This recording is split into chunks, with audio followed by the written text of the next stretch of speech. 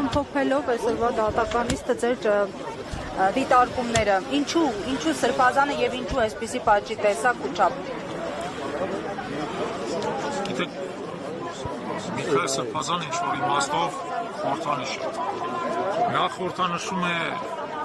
եւ հայ առաքելական եկեղեցի, նա խորհրդանշում է մեր մտավորականությունը, նա խորհրդանշում է մեր պայքարող եւ միևնույն ժամանակ հոգեվոր տեսակը։ Եվ այսօր այն դատավճիռը, որը արձակվեց, խայտառակ դատավճիռ, դա Միքայել Սրբազանի մասին չի։ Դա մեր բոլորի մասին է, դա մեր եկեղեցու մասին է,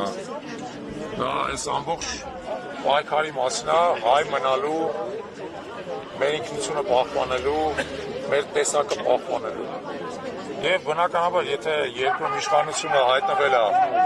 խամաճիկային բռնատիրության ձեռքում, իսկ սա խամաճիկային բռնատիրություն է, սա թուրք-ադրբեջանական թշնամական տանդեմի խամաճիկներն են։ Ապա նրանք բնականաբար պետք է փորձեն հնարավոր բոլոր միջոցներով ջարդել դիմադրությունը երկրում, ահաբեկել է դիմադրության կրողներին, ահաբեկել է դիմադրության խորհրդանիշները։ Դրանով է պայմանավորված բացարձակ անհեթեթ դատավճիռը։ Հիշեցնեմ ձեզ, որ սրանից մեկ ամիս առաջ Հայաստան իր թեկուզ եւ անզգուշության մարդ սպանած իր Շարասյան բանը, սպան 1.5 տարի է ստացել մարդ սպանելու համար։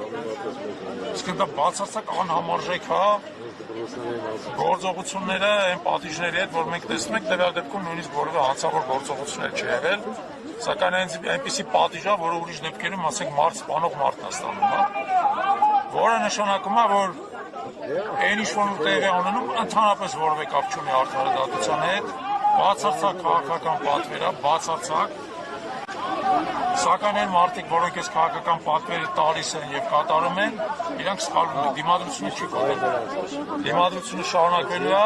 եւ ուժեղանալու է։ Չեք կարող մեզ մանտերով վախեցնել։